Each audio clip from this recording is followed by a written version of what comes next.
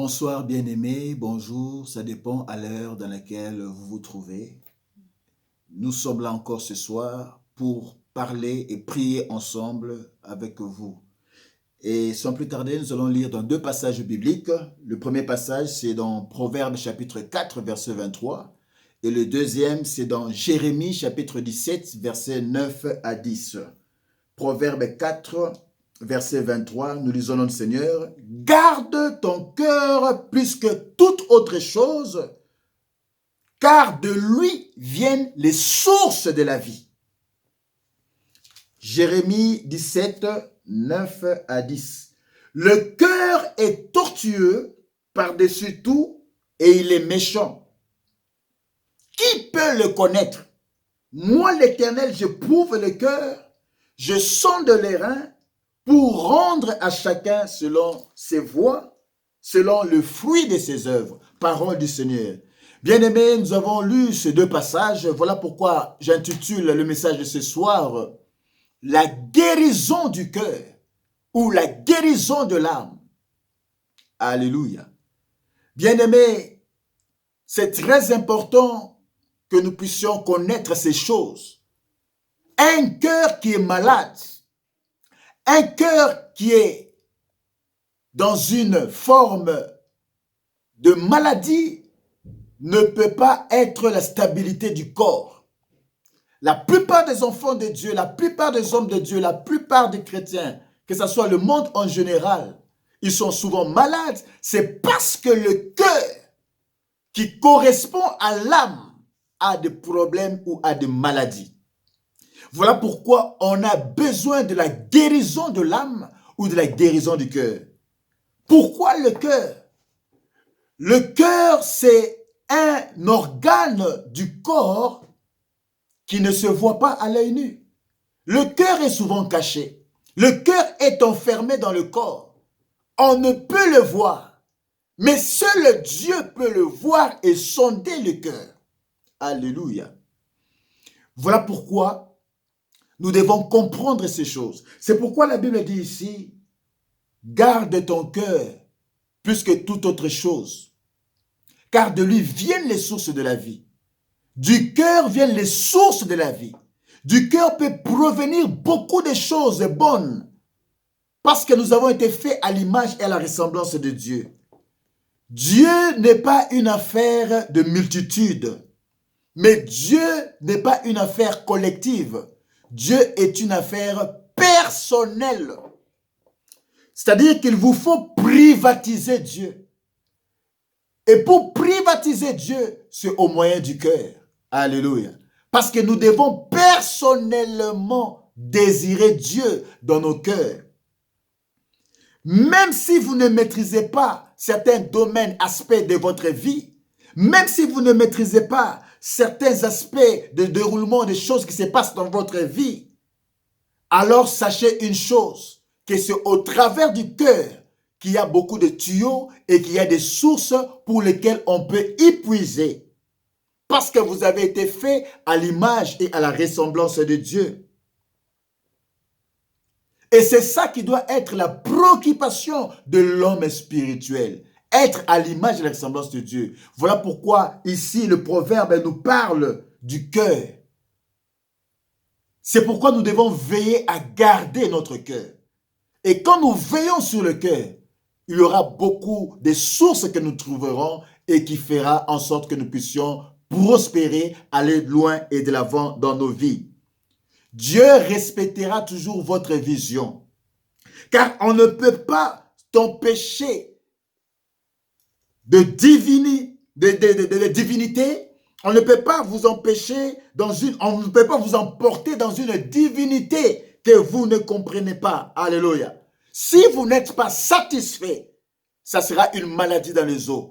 Parce que la Bible dit qu'un désir accompli, c'est la paix du cœur. Mais un désir qui n'est pas accompli, c'est ça qui fait mal aux os. Alléluia. Voilà pourquoi, si vous n'êtes pas satisfait, Dieu reviendra sur vous pour vous donner gain de cause. Alléluia. Jésus localise la soif que nous avons, c'est au travers du cœur. C'est pourquoi si le cœur est malade, même la soif de Christ ne peut pas venir en nous. Dieu ne donne pas le désir à un groupe. Dieu ne se localise pas à un groupe, mais Dieu se localise à un individu. Voilà pourquoi vous devez désirer personnellement le Seigneur et il viendra traiter le problème du cœur. C'est pourquoi Jésus était revenu juste seul pour Thomas, parce que Thomas ne croyait pas sur la résurrection de Jésus. Il avait besoin d'expérimenter personnellement que Christ était ressuscité. Alléluia. Et il est revenu juste pour Thomas afin que sa foi change. La plus grande richesse d'un chrétien, c'est son cœur. La plus grande richesse d'une personne, c'est son cœur. Voilà pourquoi nous devons garder notre cœur, parce que du cœur viennent les sources de la vie. Alléluia. Bien-aimés, c'est très important lorsque nous parlons du cœur. Beaucoup de gens sont malades parce qu'ils ont des blessures intérieures. Et quand nous parlons du cœur, c'est souvent relié à l'âme. Quand ton âme n'est pas en paix, c'est que ton cœur n'est pas en paix. L'âme doit être guérie et c'est ça même le cœur. Alléluia. Dieu est tellement intéressé à guérir notre homme intérieur plutôt que notre homme extérieur. Dieu guérit toutes les maladies corporelles ainsi que la maladie de l'âme. Voilà pourquoi quand on parle du cœur, c'est souvent attaché à l'âme. Alléluia. Ce que tu trouves dans notre cœur va déterminer ce que nous sommes ainsi que la vie que nous menons. C'est pourquoi Jérémie dit dans le verset chapitre 17 en ceci où nous avions lu le cœur est tortueux par-dessus tout et il est méchant. Qui peut le connaître? Alléluia. Parce que souvent la maladie que beaucoup ont, c'est du cœur. Ce n'est pas forcément une maladie du cœur physique comme telle, mais c'est de l'âme. Alléluia. Et quand une personne est malade du cœur ou de l'âme, ça provoque aussi beaucoup d'autres maladies. C'est pourquoi il faut toujours garder votre cœur. Parce que la Bible nous dit dans Proverbe 14, verset 30, un cœur calme est la vie du corps. Ce qui se trouve dans votre cœur va déterminer ce que vous êtes ainsi que la vie que vous menez. Le sang est fabriqué sur base de la moelle épinière dans nos os. Le cœur joyeux sert de bon remède, c'est que quelque chose de réel. La Bible nous dit dans Proverbe 15, verset 13, ceci, un cœur joyeux rend le visage serein. Mais quand le cœur est attristé, l'esprit est abattu. Alléluia. Et la Bible poursuit dans Proverbe 23, verset 26, mon fils, donne-moi ton cœur. Nous sommes une idée de Dieu. Avant même la création, vous n'êtes pas le plan de vos parents. C'est pourquoi Dieu désire à traiter les problèmes du cœur. Quand le cœur est guéri, ça mènera la guérison dans tout le corps. C'est pourquoi il faut savoir garder votre cœur. Ne permettez pas que le cœur soit enveloppé de beaucoup de choses. Ça va empêcher le progrès de votre vie. Beaucoup ne pensent qu'aux démons, beaucoup ne pensent qu'aux sorciers, beaucoup ne pensent qu'à des choses spirituelles des fois, mais ils ne traitent pas le problème du cœur, de l'âme. Dans le mariage, dans la société, en famille, avec les connaissances, les relations. Alléluia. Quand le cœur n'est pas traité, le cœur est malade.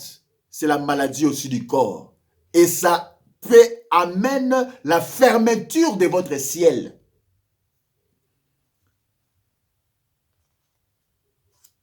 Nous avons un propos divin car notre vie a été planifiée par Dieu. Au lieu de faire votre vie, cherchez plutôt à savoir quelle est la raison de votre existence, le but pour lequel Dieu vous a appelé ou destiné. Alléluia. C'est pourquoi nous devons faire la volonté de Dieu en évitant de vivre de façon complexée. Ce n'est pas seulement avec une prière qu'on guérit ce problème du cœur. Ce n'est pas seulement avec le jeûne qu'on guérit le problème de l'âme. Mais Dieu doit pénétrer au moyen de sa parole puissante. Ainsi, le Saint-Esprit vient et des rivières, des sources d'eau coulent dans votre cœur. Nous devons laisser les soins à Dieu de traiter le problème du cœur afin que les eaux coulent en nous et que ces eaux puissent toucher nos vies et toucher la vie des autres. C'est pourquoi nous disons, garde ton cœur plus que toute autre chose, car de lui viennent les sources de la vie. Bien-aimés, nous voulons voir maintenant quelques empêchements de la guérison de l'âme. Beaucoup de gens sont malades dans l'âme, beaucoup de gens sont malades dans le cœur. Et voilà pourquoi leur vie ne prospère point. C'est pourquoi nous devons savoir comment entretenir le cœur. D'autres souffrent de traumatisme, la crainte intérieure. Voilà pourquoi ça doit être guéri. Une personne qui est traumatisée, une personne qui a le traumatisme nécessite de la libération de la parole de Dieu afin que son cœur soit allégé et qu'elle soit délivrée du traumatisme.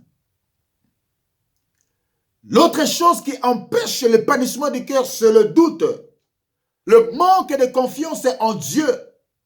Le manque de confiance en soi, que ce soit dans votre pensée, que rien ne pourra changer. Nous pensons que notre guérison ou changement doit dépendre de la guérison des autres. Alléluia. On pense que pour que nous soyons guéris, il faut que les autres soient guéris. On pense que pour que nous puissions être changés, il faut que les autres puissent changer. Le changement commence d'abord par soi-même. Notre cœur doit être guéri avant que le cœur des autres soit guéri. Notre âme doit être guérie avant que l'âme des autres soit guérie. Le troisième élément qui empêche la guérison de l'âme, c'est le manque de pardon. Alléluia. Vous êtes mariés, vous êtes en foyer, entre l'homme et la femme. Il y a des blessures intérieures. Entre frères et sœurs, il y a des blessures intérieures. Telle personne m'a fait telle chose. Celle-ci m'a fait telle chose. Et tout cela, ça fait en sorte que le manque de pardon empêche et ferme l'ouverture de votre ciel. Quand une personne ne sait pas pardonner, cette personne devient prisonnière des personnes qu'elle enferme dans son cœur ou dans son âme. Si nous ne savons pas pardonner, nous serons remis entre les mains de ceux qui nous torturent et nous tourmentent. Celui qui est en prison est incapable de pardonner et se tient lié à cette situation. C'est une personne qui est toujours tourmentée. C'est pourquoi nous avons la nécessité d'être guéris dans l'âme et d'être guéris dans le cœur. Voilà pourquoi le pardon n'est pas un sentiment, mais une décision. Décidez-vous de pardonner et vous serez guéris. Le pardon n'est pas un libre choix, mais une obligation pour le chrétien que vous êtes. Le pardon n'est pas un souhait, mais un devoir pour celui qui est en Jésus-Christ. Voilà les trois choses qui peuvent amener la guérison de l'âme. Le pardon n'est pas une décision. N'est pas un sentiment, mais une décision. Le pardon n'est pas un libre choix, mais une obligation. Le pardon n'est pas un souhait, mais un devoir. Si vous pouvez retenir ces trois choses, vous serez guéri. Et même la plupart des maladies qui se trouvent dans le corps, trouveront solution. Alléluia. Dieu veut que nous fassions un pas de foi. L'opposé de la foi, c'est la murmure. Des personnes qui murmurent à tout moment, qui murmurent à tout bout de champ, ce sont des personnes qui ont du mal à être guéries dans l'âme, à être guéries dans leur cœur. Les personnes qui se souviennent toujours des choses passées, des choses négatives, des choses qui les ont tourmentées des années et des années, ont du mal à être guéries dans leur âme, ont du mal à être guéries dans leur cœur. Parce que tout est toujours négatif pour eux. C'est alors que nous perdons la foi et que nous n'avons plus de foi lorsque nous nous référons toujours aux choses du passé, aux choses négatives pour lesquelles nous nous souvenons dans la vie. Nous devons oublier le passé et ne plus se souvenir des événements passés, mais fixer les regards vers Christ, vers ce qui est en avant, vers le futur, car ce dernier, le futur, possède une espérance. Alléluia. Bien-aimé, je vais être pratiquement à la fin de mon message. Garde ton cœur plus que toute autre chose, car de lui vient, vient la source de la vie. C'est dans le cœur qu'on peut trouver beaucoup de choses. C'est pourquoi le Seigneur Jésus avait dit, ce n'est pas ce que nous mangeons qui suit notre corps, mais ce qui sort de notre cœur, qui souille le corps. Le cœur est lié à la pensée. Le cœur est lié à l'âme. Si ton âme est malade, si ton cœur est malade, ça sera la maladie de ton corps. Voilà pourquoi beaucoup peuvent penser aux démons. Beaucoup peuvent penser aux sorciers. C'est parce qu'ils ne traitent pas les problèmes du cœur. Et ça entraîne à des maladies. Ça entraîne à beaucoup de choses.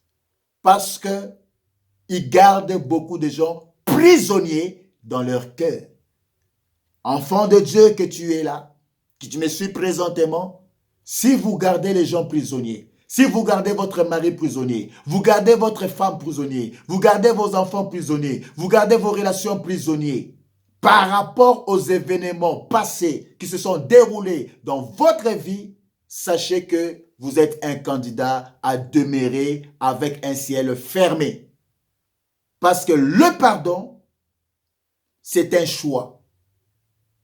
Non seulement un choix, mais une obligation pour les chrétiens. Non seulement une obligation, mais une décision. On doit se décider de pardonner. Non seulement une décision, mais c'est aussi un devoir. Voilà pourquoi une personne qui sait traiter son cœur, en prenant la parole, en y mettant dans son cœur, elle sera restaurée et le ciel sera ouvert.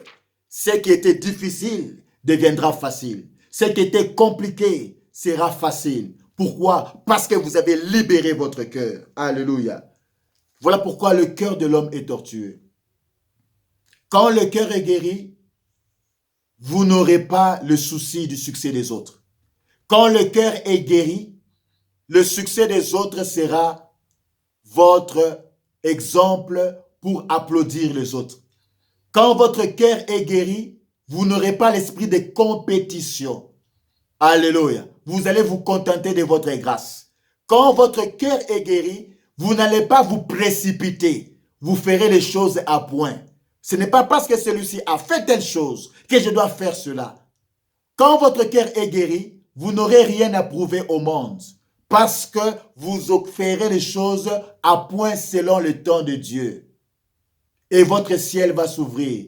Quand le cœur est guéri, beaucoup de choses vont se faire d'elles-mêmes. Alléluia. Voilà pourquoi il faut toujours entretenir le cœur. Gardez votre cœur. Ne faites pas en sorte qu'il y ait beaucoup de choses dans votre cœur. Quand le cœur est guéri, vous serez ouvert. Même votre visage va refléter la gloire de Dieu. Alléluia. Une personne qui a des problèmes dans le cœur, ce sera toujours une personne cachotière. Alléluia. Une personne qui n'est pas ouverte. C'est pourquoi beaucoup souffrent alors qu'ils sont dans la chrétienté, c'est parce qu'ils ont un problème de l'âme. Quand l'âme n'est pas guérie, le cœur est troublé, ça mène beaucoup de maladies et le ciel ne peut pas s'ouvrir parce que le problème du cœur, c'est un organe qui est caché, que seul Dieu peut voir, que seul Dieu peut sonder. C'est pourquoi nous avons besoin de la transformation du cœur. Quand nous acceptons spirituellement que Jésus prenne possession de notre cœur, c'est pourquoi il dit dans sa parole, « Mon fils, donne-moi ton cœur. » Fais de Dieu ta propriété privée. Parce que Dieu se manifeste là où la personne manifeste aussi un désir profond. Là où il y a un désir profond de Dieu, Dieu vient se révéler à vous pour vous libérer et agir davantage dans votre vie. La plupart des enfants de Dieu souffrent, c'est parce qu'ils ont des problèmes de l'âme. Et quand je vois l'âme, c'est relié au cœur. Tu peux être homme de Dieu comme je suis, tu peux être servante de Dieu, mais si tu ne traites pas le problème du cœur, ton ciel sera fermé. Voilà pourquoi ce soir, nous voulons prier partout où vous me suivez pour que Dieu nous aide à traiter les problèmes du cœur. Le problème du cœur, lorsqu'il est traité, les blessures intérieures dans le foyer, mon mari m'a fait ceci, ma femme m'a fait ceci, mon enfant m'a fait ceci, telle personne m'a fait ceci, ça bloque votre ciel. Je suis arrivé à la fin de mon message. Nous voulons présentement prier, demander à Dieu d'intervenir pour que nous sachions comment garder nos cœurs. Et quand nos cœurs sont gardés, il va y avoir des flots, de courants d'eau qui vont couler dans nos cœurs. Et on aura plusieurs pistes. La Bible dit, celui qui garde son cœur trouvera dans son cœur des sources de vie. Donc, il n'y a pas une source. Plusieurs sources vont commencer à jaillir parce que le cœur est libéré et ça fera en sorte que le ciel sera connecté avec vous et vous verrez le miracle, la situation changer dans beaucoup de domaines de votre vie. Que Dieu vous bénisse. Je suis arrivé à la fin de mon message. Tu vas prier avec moi ce matin, ce soir. Dis avec moi, Seigneur, je me tiens devant toi. Car il est écrit, garde ton cœur plus que toute autre chose. Car de lui viennent les sources de la vie. Travaille mon cœur. Que rien de souillé, que rien de tortueux ne puisse prendre la place dans mon cœur. Dans le nom puissant de Jésus-Christ, nous prions, alléluia. Demande à Dieu d'intervenir dans ta vie. Demande à Dieu d'intervenir dans ton cœur. Beaucoup de choses sont fermées dans ta vie. C'est parce que le cœur est malade. Beaucoup de choses ne progressent pas. C'est parce que le cœur est malade. En tant qu'enfant de Dieu, demande à Dieu d'intervenir dans ton cœur. Qu'il puisse agir dans ton cœur. Qu'il puisse libérer ton cœur. Que tu aies la guérison de l'âme. La guérison de ton cœur. Ce soir, dans le nom puissant de Jésus. Ne vois pas les démons. Ne vois pas les changements dans les autres. C'est toi-même qui dois commencer à changer. Que les changements commencent par toi. Alors tu verras la main de Dieu, le miracle de Dieu. Prie et demande à Dieu ce soir qu'il puisse commencer à guérir ton cœur. Là où tu étais dans une situation malencontreuse, que l'Éternel étende sa main dans le nom puissant de Jésus. Seigneur, je prie pour mon frère, ma soeur, qui a un problème, Seigneur, mon Dieu, mon papa, relationnel avec son âme, Seigneur, mon roi, ce soir. Interviens, Éternel, mon Dieu, mon papa, que ta main soit étendue et que, Seigneur, ce qui peut amener, Éternel, mon roi, que des choses tortueuses, Seigneur, qui puissent captiver les gens, retenir des prisonniers dans son cœur. Éternel, mon Dieu, mon roi, papa, manifeste ta main et que la délivrance soit totale dans le nom puissant de Jésus. Alléluia. Répète après moi, Seigneur, je me tiens devant toi. Laisse que ta parole puisse pénétrer dans mon âme. Que ta parole puisse pénétrer mon cœur et que je vive un renouveau dans ma vie spirituelle, dans ma vie chrétienne, dans ma vie de tous les jours. Nous prions au nom de Jésus. Alléluia. Seigneur éternel, mon roi, ce soir, nous te prions que ta parole, Seigneur, mon roi, puisse atteindre nos cœurs et que ça puisse ramener un renouveau afin que, Seigneur, mon roi, que mon frère, ma soeur qui me suit présentement, quelle que soit la maladie, qu'il puisse recevoir la guérison de son âme, la guérison de son cœur, afin que des sources d'eau puissent couler et jaillir de son cœur dans le nom puissant de Jésus. Alléluia. Notre dernier point de prière pour ce soir. Répète après moi. Seigneur, laisse que mon ciel soit ouvert. De la manière que tu traites mon cœur, de la manière que, Seigneur, mon roi, papa, que mon cœur est libéré, que mon ciel soit ouvert, que je ne retienne aucun prisonnier dans mon cœur. Et que, Seigneur, mon roi, que le ciel soit ouvert pour moi. Que le ciel soit ouvert pour ma famille. Que le ciel soit ouvert pour toutes les relations que je peux avoir. Dans le nom puissant de Jésus, nous prions. Alléluia. Seigneur éternel, mon roi, nous te prions ce soir. Laisse que le ciel soit ouvert pour mon frère, pour ma soeur. Je ne connais pas la situation qui le préoccupe présentement. Je ne connais pas la situation qui est en train de déranger sa vie. Mais nous demandons l'ouverture de son ciel. Parce que tu as traité le problème de son cœur. Laisse que son cœur soit libéré. Tous les prisonniers qu'il a captivés dans son cœur. Éternel, mon Dieu, qu'il puisse les libérer afin que son ciel aussi soit ouvert dans le nom puissant de Jésus-Christ. Dans le nom puissant de Jésus-Christ.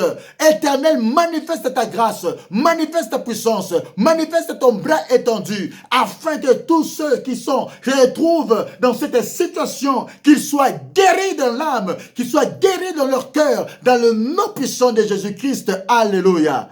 Éternel, je viens te présenter nos bien-aimés qui sont dans une situation par rapport à ce message de ce soir.